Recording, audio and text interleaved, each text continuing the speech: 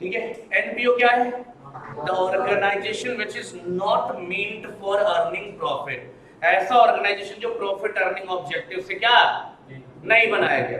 तो ऑब्जेक्टिव क्या होगा sir? Other than profit earning, anything other than profit earning will be the objective of the NPO. हाँ है ना? सो एनपीओ का मतलब क्या हुआ कि the organisation which is meant for not earning profit but to provide social welfare, social awareness, religious awareness, any kind of facility, educational facility free of cost या concession बहुत minor charges के साथ, medical facility, all these kind of activities are covered under the NPO। हाँ है ना? पक्का? क्या NPO company के फॉर्म में भी हो सकता है? हो सकता है? पक्का? सोच लो कौन सा सेक्शन? Section 8 company. याद आया? नहीं याद आया तो याद आएगा बाद में, छोड़ो। तो मैंने कुछ एग्जांपल लिखा। It means an organisation which is meant, which is form for the purpose other than profit earning. Example में कुछ एग्जांपल भी लिखा। चैरिटेबल ट्रस्ट, चैरिटेबल ट्रस्ट जैसे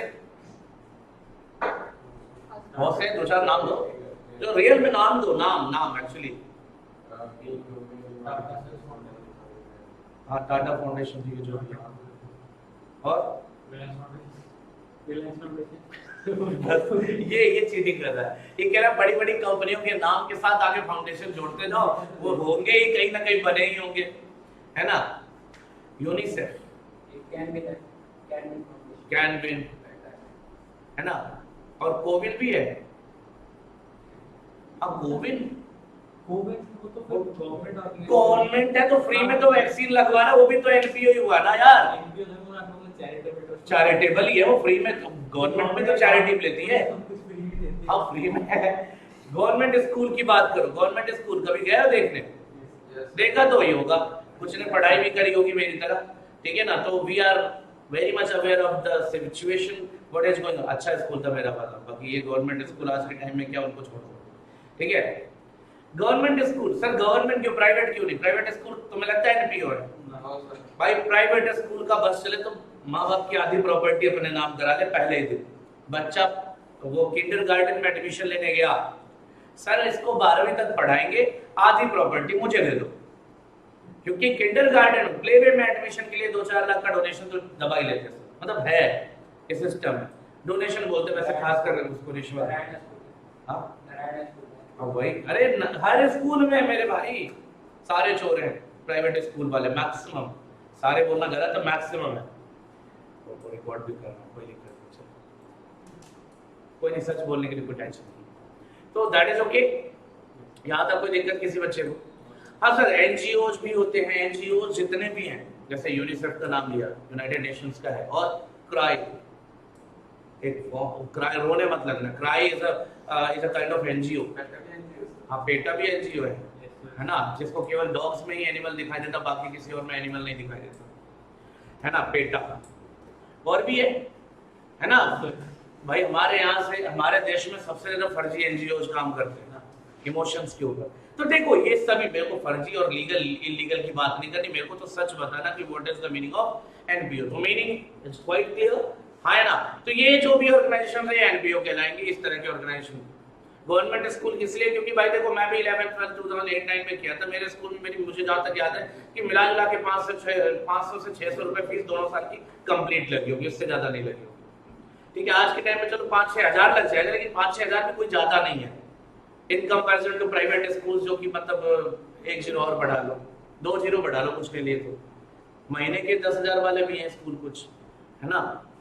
और वहाँ साल का मैं बता रहा हूँ 5-6 हजार, तो ऐसा है, ठीक है सर? तो है यहाँ पे ऊपर से गवर्नमेंट स्कूल में इतनी फैसिलिटी मिलती है, जो 500-600 दे रहे हैं वो भी वापस मिल जाता है, ठीक है? तो ये चीज है। तो free of cost government hospital, free of cost इलाज होता है। सर वैक्सीन फ्री में लगा रहे हैं ना गवर्नमेंट हॉस्पिटल, वो उसका पैसा आपकी जेब पे थोड़े ना पड़ रहा है, वो गवर्नमेंट फंड से जा रहा है, तो वो क्या है? Charitable activity. तो यही है, फ्री ऑफ कॉस्ट आ गया। तो यहाँ पे प्रॉफिट अर्निंग ऑब्जेक्टिव नहीं है, हाँ या ना? अदर देन दैट होगा। सर हमें क्यों पढ़ाया जा रहा है, हमें एनपीओ क्यों पढ़ाया जा रहा है? Because we are going to prepare the financial statement of the NPO as well. NPO की भी फाइनेंशियल स्टेटमेंट बनती है सर, और इसमें क्या क्या होता है देखो ध्यान से। सबसे पहले क्या होगा, दूसरा क्या होगा, और तीसरा क्या होगा सर। अच्छा, रिसीट एंड पेमेंट किसकी तरह होता है, summary of cash book. Same as cash book नहीं लिखा मैंने, समरी ऑफ कैश बुक लिखा, इसका मतलब कुछ ना कुछ ट्रिक है यहाँ पे। What about income and expenditure? Same as P&L, बिल्कुल P&L अकाउंट का भाई है ये, याद रखना। It is just like P&L account, इसमें कोई इम्पैक्ट नहीं है। बैलेंस शीट तो बैलेंस शीट की तरह होता है, उसमें कुछ सोचने की जरूरत नहीं। So I'll start with the very first thing, that is receipt and payment account। ध्यान से सुनिएगा आप लोग, ये पॉइंट वाइज थ्योरी लिखवाया ताकि आपको पॉइंट्स याद भी रहे और आपको आगे समझ में भी अच्छे से आए। What is the very first point? It is a summary of cash book. Receipt and payment account is the summary of what? Sir same as cash book क्यों नहीं बोला, समरी ऑफ कैश बुक क्यों बोला, बोलो sir. Same as cash book और summary of cash book में difference है, हालांकि नेचर दोनों का एक है। रिसीट एंड पेमेंट बनाओ या कैश बुक बनाओ, दोनों का नेचर क्या है, एक है। बट प्रॉब्लम क्या है ना, समरी ऑफ कैश बुक में थोड़ा डिफरेंस है। एक्चुअली कैश बुक क्या है, वो एक ऐसा पर्टिकुलर बुक है जो ट्रांजैक्शंस को रिकॉर्ड करता है। कैश बुक किसे रिकॉर्ड करता है, ट्रांजैक्शंस को। जितने भी ट्रांजैक्शन, कौन से वाले, कैश ट्रांजैक्शन, उन सबको रिकॉर्ड करता है कौन, कैश बुक।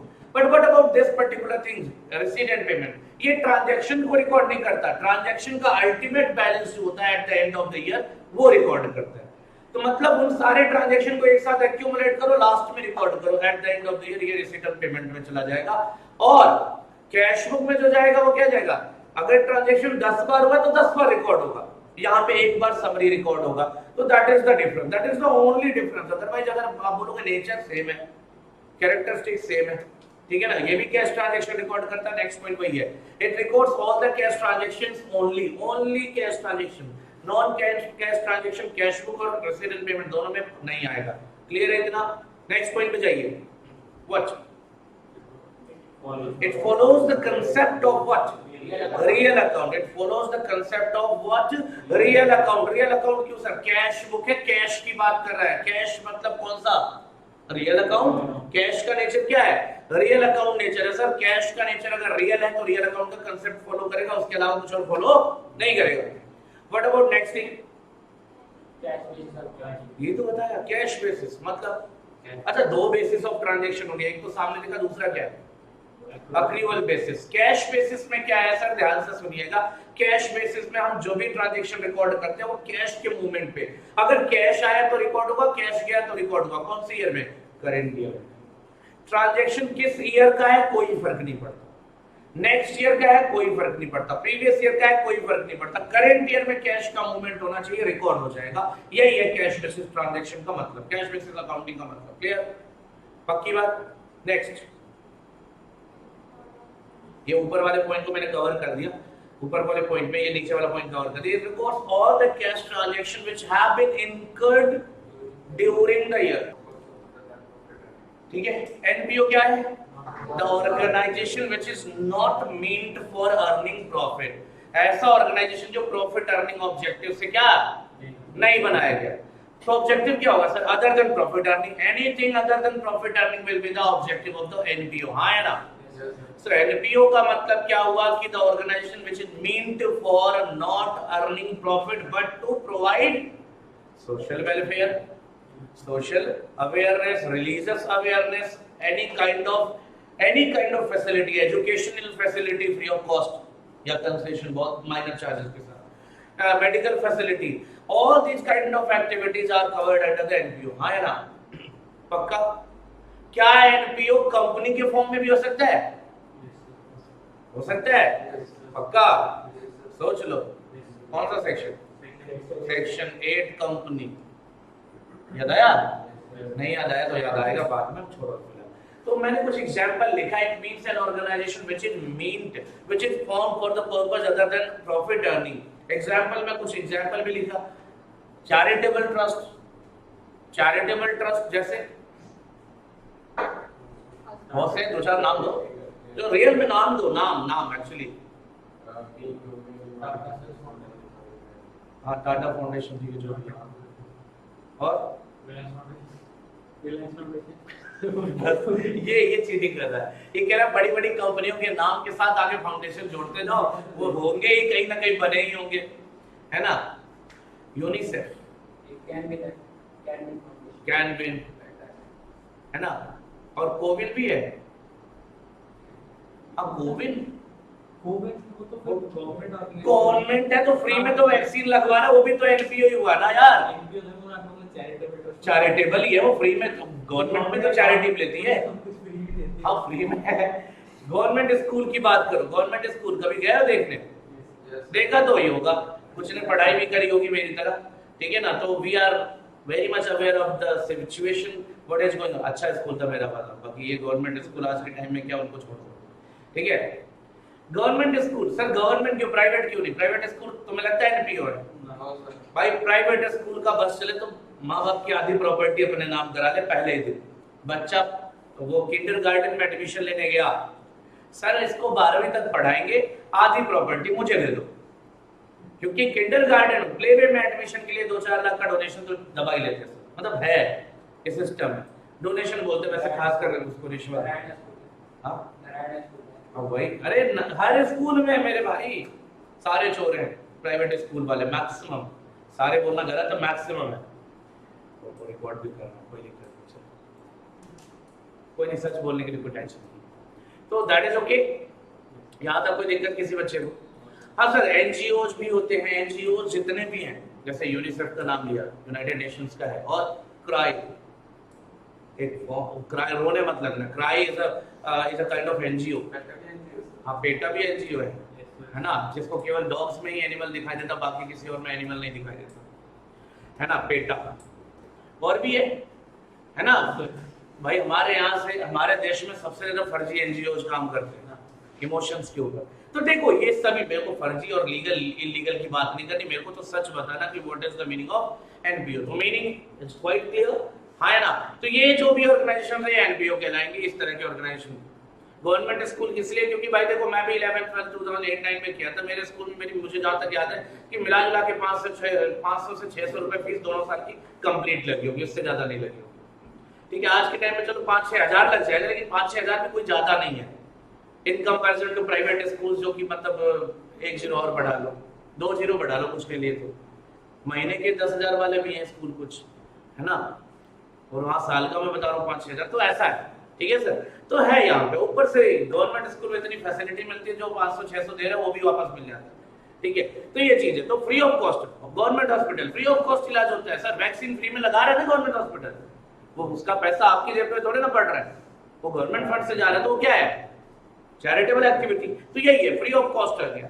तो यहाँ पे प्रॉफिट अर्निंग ऑब्जेक्टिव नहीं है, हाँ या ना, अदर देन दैट होगा।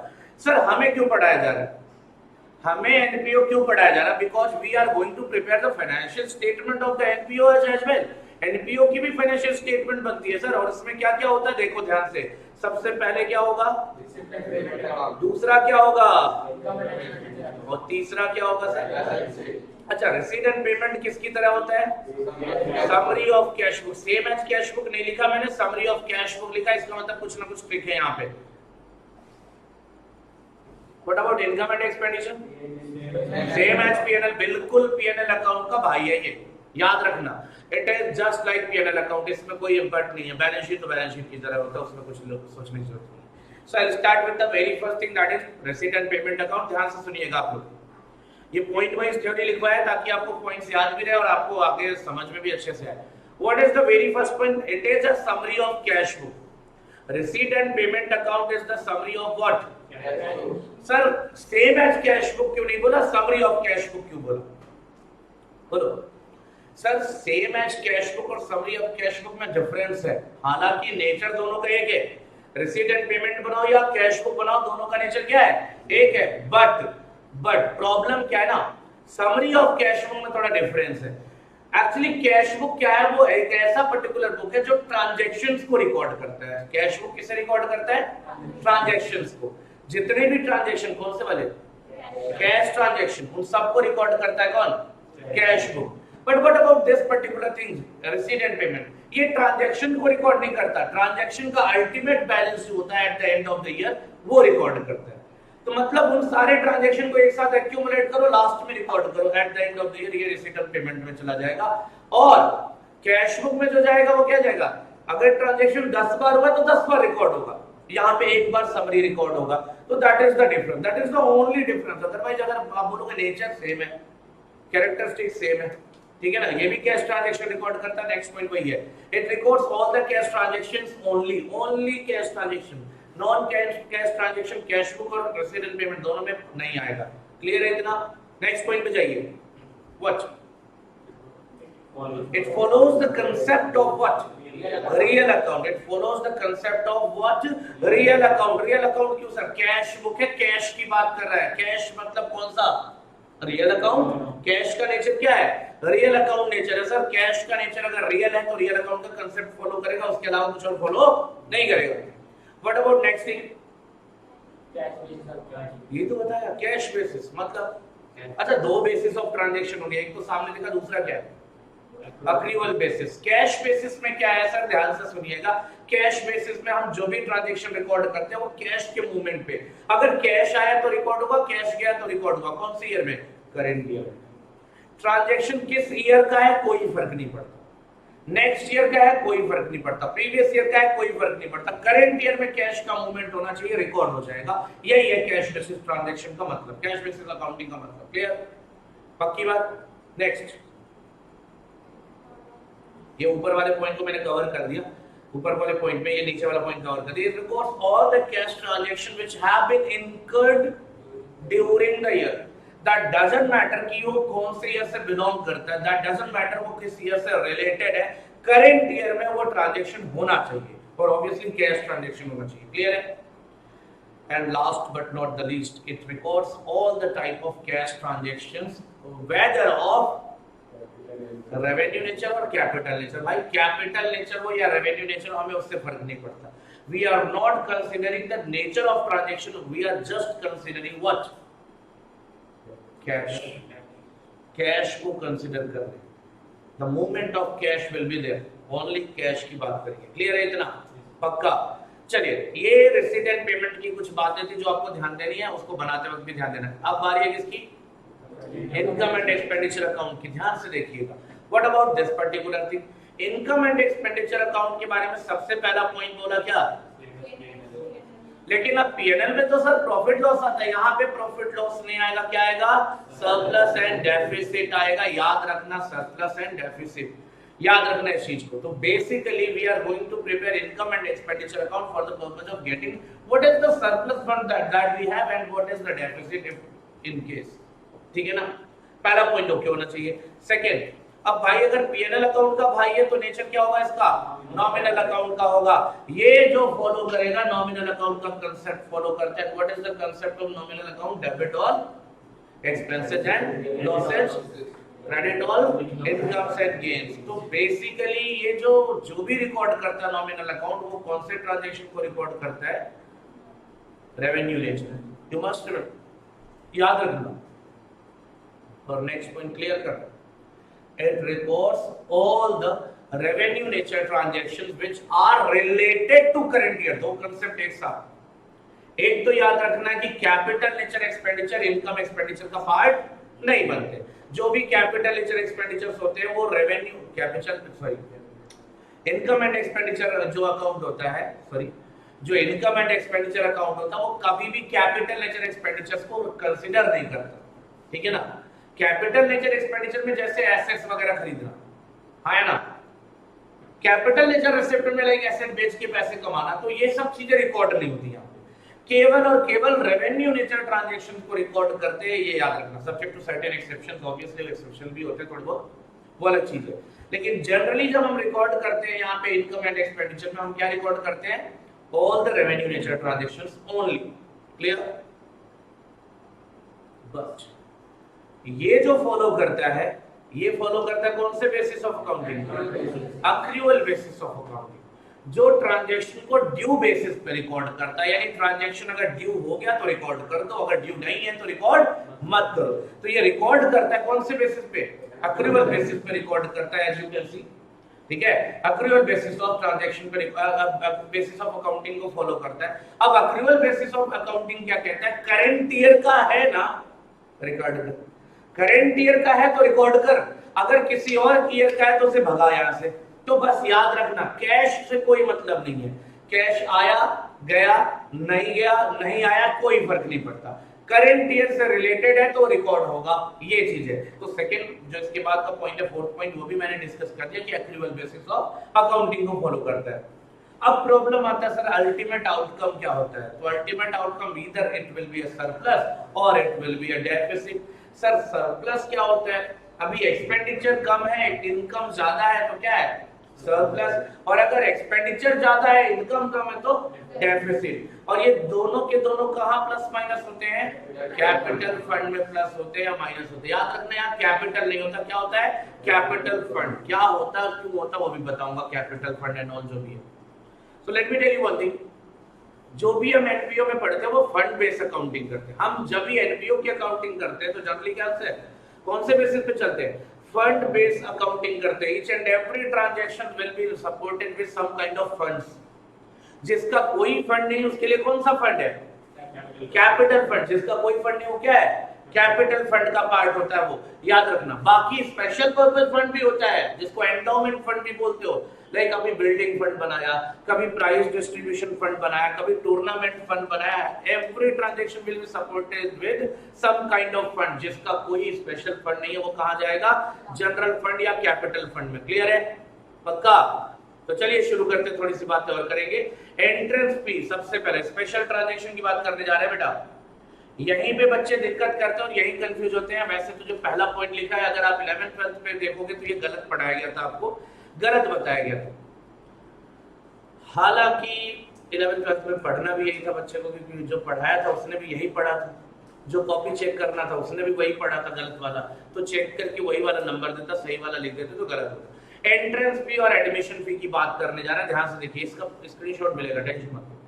एंट्रेंस फी और admission fee, the very first special point is entrance fee और एडमिशन फी। आप बताओ कितनी बार होता है एंट्रेंस फी, कितनी बार जाती है, एक बार होता है। So is it of recurring nature और नॉन रिकरिंग नेचर, जवाब दो non recurring. And non recurring वाला कौन से नेचर में आता है, कैपिटल में या रेवेन्यू में, कैपिटल में। So what is the general theory of that, कि इसको क्या करना चाहिए, क्या करना चाहिए, कैपिटलाइज करना चाहिए। और कैपिटलाइज करने किधर ले जाओगे, लायबिलिटी साइड। तुम्हें टेंशन नहीं लेनी, वो मैंने सब कुछ लिख रखा है यार, ठीक है। जनरली कैपिटलाइज क्यों लिखा सर, वैसे लिख देते कैपिटलाइज कर दो, नहीं सर। देखो एनपीओ एक ऐसा चैप्टर है जहां पे रूल्स बनाने वाले, अकाउंटिंग के रूल्स भी कौन बनाएगा, ऑर्गेनाइजेशन डिसाइड करता है।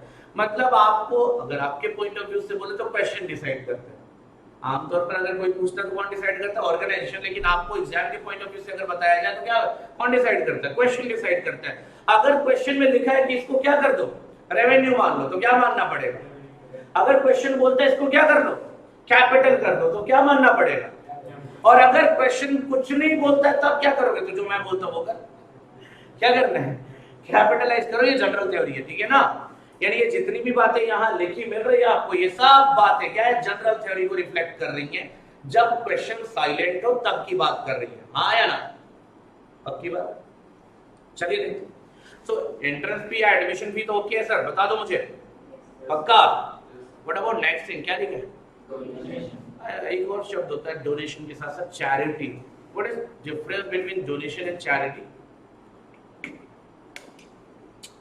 बताओ। डोनेशन और चैरिटी में डिफरेंस होता है नहीं होता, क्या लगता है, होता तो होगा सर, ऐसा फील हो रहा है ना अंदर से, अंतरात्मा यही तो जवाब दे रही है कि सर डिफरेंस तो होता ही होगा। डोनेशन में एक सर पैसे में हो सकता है, चैरिटी किसी तरह, चैरिटी में क्या, चैरिटी चैरिटी में हो सकता है, ये उल्टा नहीं बोल गए, मतलब सैंपल गुड्स कैसे भी हो सकता है एक चीज, और इनमें से एक चीज होता है तो खाली मतलब वो मनी की फॉर्म भी हो। अच्छा किडनी डोनेट हो तो चैरिटी मिल जाएगा, नहीं बस सीरियस बात पूछ रहा यार। किडनी तो काइंड्स हो गया ना, तो उसमें डोनेशन तो लिखा है कि चैरिटी, मतलब काइंड्स तो डोनेशन हो सकता है, डोनेशन में भी इन काइंड्स एज वेल।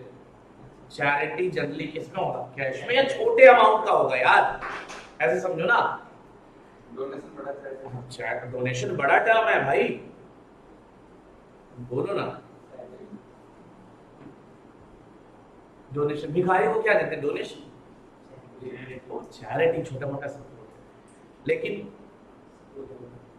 भाई ने अपनी जमीन जो है बाबा राम रहीम के नाम कर दी है ना। अब हाँ, जहां भी आपकी जमीन थी, तुम्हें बोल रहा हूँ, अमीर आदमी तो तुम ही हो। अभी बताओ ये चैरिटी कहलाएगा डोनेशन कहलाएगा? डोनेशन है मेरे भाई, ठीक है कोई नहीं, ये चैरिटी नहीं था, डोनेशन था। ऑल्दो जनरल इंग्लिश में सब सेम है यार, अकाउंटिंग में कोई खास डिफरेंस नहीं बोलता, अकाउंटिंग में चैरिटी में कोई खास डिफरेंस नहीं, डोनेशन चैरिटी दोनों अपने लिए क्या है। बट यहाँ पे देखो एनपीओ के पॉइंट ऑफ व्यू से जा रहे हो, और जब आप एनपीओ के पॉइंट ऑफ व्यू से जाओगे दोस्तों तो थोड़ा डिफरेंशिएशन जरूरी है, क्योंकि डोनेशन भी दो तरीके से मिलता है, यहाँ मिलता है जाता नहीं है, एनपीओ डोनेशन देता नहीं लेता है, ठीक है ना। तो अपने साइड से मत सोचना, एनपीओ के साइड से सोचना। एनपीओ में एक डोनेशन आता है, वो क्या है? General donation. जर्नल नहीं है, जनरल डोनेशन। कॉमर्स पढ़ के पगला गए तुम लोग। जनरल डोनेशन नहीं होता, जनरल डोनेशन होता है। जनरल डोनेशन क्या होता है सर? जहां कोई ऑब्जेक्टिव फिक्स नहीं किया गया, और जब जनरल डोनेशन का ऑब्जेक्टिव फिक्स नहीं किया गया तो वो जाना कहां चाहिए? मैंने बोला फंड पे जाना चाहिए। कौन से फंड में लगता है? जिसका कोई फिक्स्ड फंड नहीं है वो कहां जाएगा? कैपिटल फंड या जनरल फंड में। लेकिन वो डायरेक्टली वहां नहीं जाएगा, वो अपने बाकी साथियों के साथ जाएगा। यानी पहले कहां जाएगा? और अगर इनकम में जाएगा तो इनकम बढ़ेगा, और इनकम बढ़ेगा तो सरप्लस बढ़ेगा, और सरप्लस कहां जाएगा? बोलो ना, सरप्लस कहां जाता है? कहां ऐड होता है सरप्लस? इतनी जल्दी इनकम एक्सपेंडिचर में सरप्लस ऐड होता है? अरे अब भी पढ़ाया यार, तुम लोग लग रहा है गजनी मूवी सीरियसली देख लिए थे कि 5-7 सेकंड में बंदा भूल जाए। ये लिखा, देख इधर हाईलाइट करके दिया था, देख लेगा। क्या तुम लोग भी बेइज्जती खराब करते हो, ठीक है। सो एक्सेस ऑफ इनकम और expenditure is known as surplus, और सरप्लस कहां ऐड होता है? And something which is the part of your income will contribute toward the surplus. हां या ना? जो भी तुम्हारे इनकम का पार्ट होगा वो तुम्हारे सरप्लस को बढ़ाएगा, हां या ना? और बढ़ा हुआ सरप्लस अल्टीमेटली कहां जाएगा? कैपिटल फंड में। तो सर ये जो डोनेशन, जनरल डोनेशन है, वो अल्टीमेटली कहां जा रहा है? लेकिन अब ये अकाउंटिंग ट्रीटमेंट थोड़े ना कि सीधा कैपिटल फंड में भेज दो। अकाउंटिंग ट्रीटमेंट क्या है? It is treated as an income, और ये इनकम कौन से नेचर का माना जाएगा? रेवेन्यू नेचर का। और जब रेवेन्यू नेचर का माना जाएगा कहां ले जाओगे इसको? Income side of income and expenditure account. Are you okay with that? पक्का। Special donation sir special purpose से दिया गया है। बोला बिल्डिंग बनवाने के लिए दिया, क्या बोला? बिल्डिंग बनवाने के लिए दिया, तो कौन से फंड में ले जाओगे? बिल्डिंग फंड में। प्राइज डिस्ट्रीब्यूशन के लिए दिया, कहां ले जाओगे? प्राइज डिस्ट्रीब्यूशन फंड में। टूर्नामेंट कराने के लिए दिया, कहां ले जाओगे? टूर्नामेंट फंड में। तो whatever the objective have been settled with that, has been settled with that, वही ऑब्जेक्टिव में यूज होगा। तो इसको कैपिटलाइज करोगे और उसी स्पेशल फंड में liability side of balance sheet पे ले जाओगे। Is that okay? Sure. Good. चलो नेक्स्ट पॉइंट तो पूछना था, लेकिन पहले ही थ्योरी लिख गई, तो हो सकता है कुछ ने पढ़ा कुछ ने ना पढ़ा। What is legacy? लेगेसी क्या होता है? लेगेसी सुना है? LEGACY, legacy. अरे इंग्लिश में नहीं, यहाँ पे पूछ रहा है एनपीओ के पॉइंट ऑफ व्यू से। इंग्लिश में तो लेगेसी मतलब क्या होता है? मतलब एक क्या बोलूं, हाँ मतलब वो कह लो साम्राज्य काइंड ऑफ, है ना। लेकिन लेगेसी यहाँ क्या होता है सर? बोलो। अरे सही पूरा दिया नहीं था, आपने दिया था यहाँ पे। हाँ ये नहीं दिया था, वो तो ऐसे जनरल पूछ रहा हूँ, इसलिए तो मैंने हाइड कर दिया यार। अच्छा एक बात बताओ, इंसान मरता है? हाँ पक्का? Yes sir. कोई ऐसा इंसान बताओ जो नहीं मरता, है ना? फिर वो इंसान थोड़ी ना यार। नहीं अभी वो बता आध्यात्मिक बातें मत करना सर, वो आत्मा है या आत्मा अमर होती है, ये ऐसी बातें मत करना। न 2-4 आत्मा तुम्हारे पीछे छोड़ दूंगा मैं, ठीक है ना। पूरी जिंदगी परेशान रहोगे, तांत्रिक के चक्कर लगाओगे, लेकिन लास्ट में मेरे ही पास आओगे। छोड़ो, टेंशन मत लो। लेगेसी, अच्छा इंसान मरने से पहले कुछ बनाता है, विल बनाता है चाय बनाता है, क्लेम बनाता है। चलो अरे उस इंश्योरेंस क्लेम के मरने के बाद रिन्यू तो मिलता है यार, वो तब थोड़ी ना बनाते हैं। प्रॉपर्टी का विल बनाते हैं ना, बस ये तो उसको पता है कि बच्चे जो है वो लालची है, जैसे मैं निकला पीछे लड़ाई शुरू कर देंगे। तो इंसान क्या करता है, अपनी वसीयत यानी विल बना लेता है। अच्छा कितनी विल बना सकता है इंसान?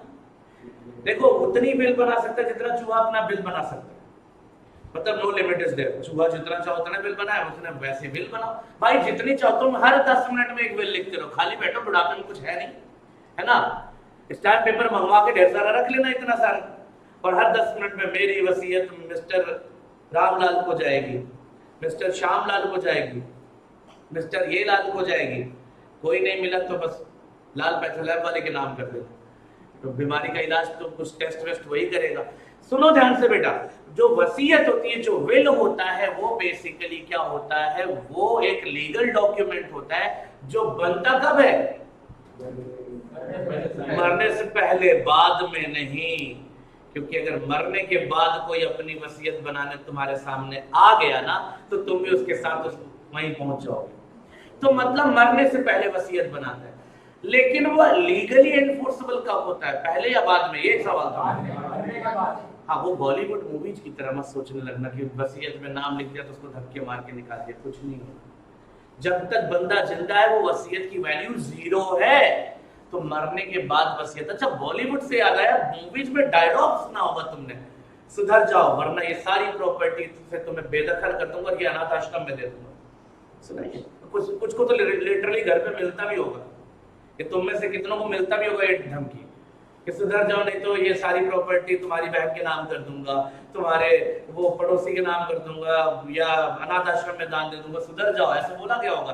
तो लिटरली से ये जो अनाथ आश्रम वाले ने खुश होते हैं जब ये धमकी मिलती, क्यों? उनके लिए यही लेगेसी है। अभी समझ में आना ये चाहिए कि if the particular NPO is going to receive anything as per the will of what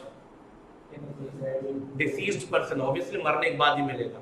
तो लेगेसी की ये प्रॉपर डेफिनेशन है सर। इतनी बॉलीवुड वगैरह की कहानी इसलिए बनाई कि जिंदगी में मत बोलना, क्योंकि यहाँ पे बच्चे ना जनरल टर्मिनोलॉजी में आता नहीं है, लाइक डोनेशन, चैरिटी, ये सब सुनते रहते हैं, बट लेगेसी ऐसे जैसा सुनने में नहीं आता जनरली, है ना, तो इसलिए इतनी कहानी सुनानी पड़ी। ऐसा मत सोचो फालतू बातें थी, वो कहानी इसीलिए थी दिमाग में बैठे रहेगा, ठीक है। तो एनीथिंग रिसीव्ड और receivable as per the will of a deceased person. अब ये बताओ ये रेवेन्यू नेचर होगा, कैपिटल नेचर होगा? लिखा है कैपिटलाइज्ड, क्या लिखा है? कैपिटलाइज्ड। तो कौन सा नेचर का हुआ? और जब कैपिटल नेचर का होगा तो कहां ले जाओगे?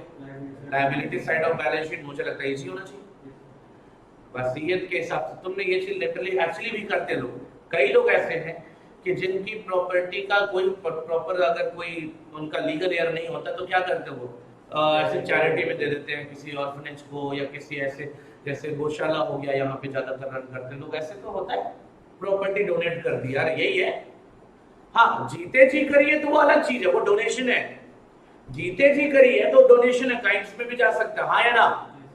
मरने के बाद और वसीयत के हिसाब से गया है तो क्या है? लेगेसी। क्लियर है? याद रहेगा। What is endowment fund? नाम काफी है sir, special purpose fund. Special purpose fund मतलब स्पेशल पर्पस मतलब कोई भी स्पेशल ऑब्जेक्टिव के लिए बनाया गया, like building fund, tournament fund and all जो भी है, ठीक है। What about next thing? Life membership भी कितने दिन के लिए होता है? Life time. एक बार पैसे लिए पूरी जिंदगी झेलना पड़ेगा, तो ये कौन सा हो गया नेचर इसका? Capital nature. और कहां जाएगा फिर ये? Liability side. नेक्स्ट,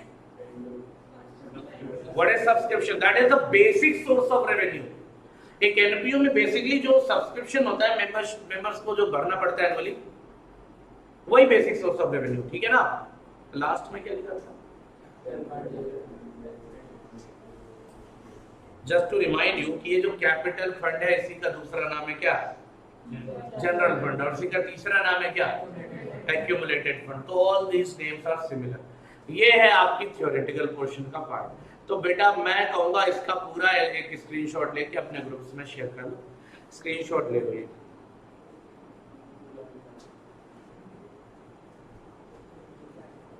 जल्दी, थोड़ा जल्दी, टाइम।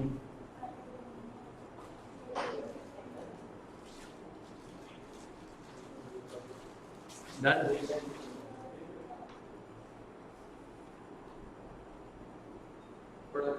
हाँ, डोंट वरी। एक सेकंड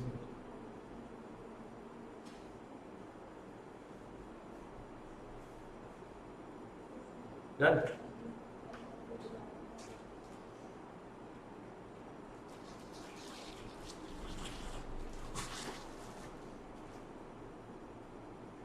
डन।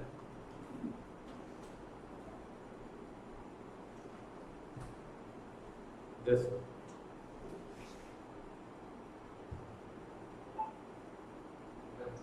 done it.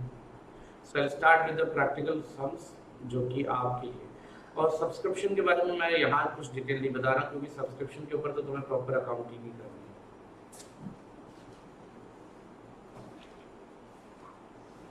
ठीक है। So this is the very first illustration of yourself, and obviously you can see कि this is particularly related with the subscription. तो आप heading दोगे properly क्या, सब्सक्रिप्शन। ध्यान से सुनिए, यहाँ से आपका टॉपिक शुरू होता है प्रैक्टिकल का। Subscription will be your proper topic, and what is the